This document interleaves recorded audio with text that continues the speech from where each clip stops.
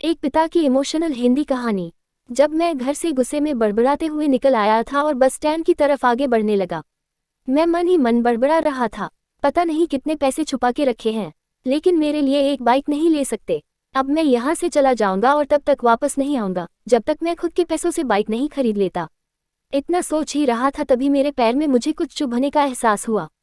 नीचे देखा तो समझ आया कि जल्दबाजी में पापा के जूते पहन आया हूँ। उन जूतों में कील उभरी हुई थी जो मेरे पैर में बार बार घाव किए जा रही थी, लेकिन उस समय गुस्सा अधिक था तो मैं बड़बड़ाते हुए आगे बढ़ गया।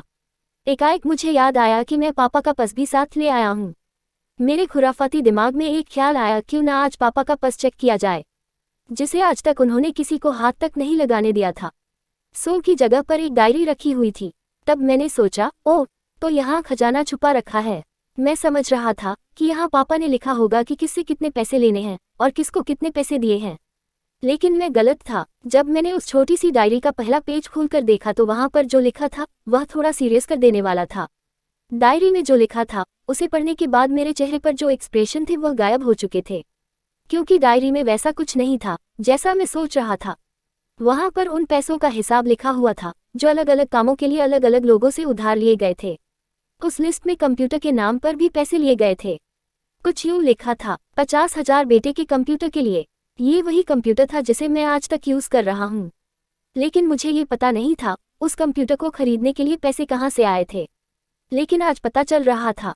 मुझे आज भी याद है जब मैंने पहली बार कैमरे के लिए जिद की थी, जो मेरे पापा ने मुझे 2 हफ्ते बाद मेरे बर्थडे पर ला कर दिया था, जिसे देखकर मैं बहुत खुश हुआ था। और मुझे खुश देखकर मुझसे कहीं ज्यादा अगर कोई खुश था तो वह थे पापा।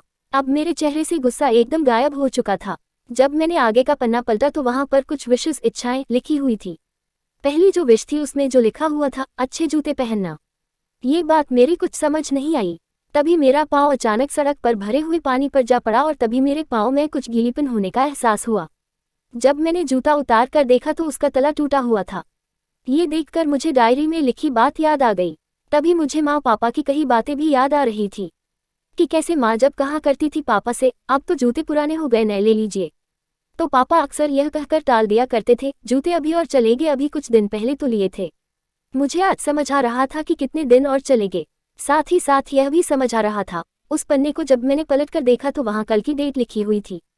तारीख के नीचे लिखा हुआ था 50,000 रुपये बाइक के लिए। बस इतना पड़ा और दिमाग सन रह गया। अब मेरे मन में कोई शिकवा गिला नहीं बचा था, बस मेरी आंखों से आंसू चले जा रहे थे। मुझे आज तक नहीं पता तब मैं क्यों रोए जा रहा था।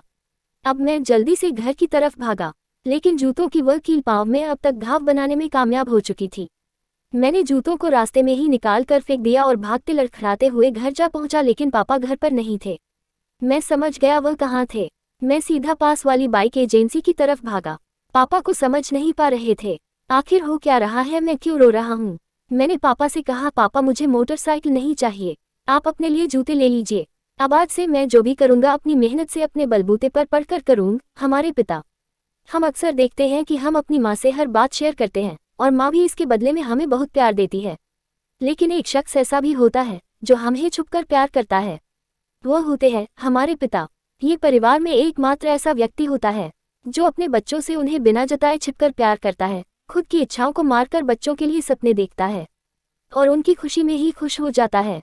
मुझे नहीं पता कि आप अपने पेरेंट्स की इज्जत करते हो या नहीं, लेकिन अगर आपके पास पेरेंट्स हैं तो आप बहुत खुश नसीब हो, क्योंकि इस दुनिया में बहुत से लोगों को तो पेरेंट्स का प्यार भी नसीब नहीं होता।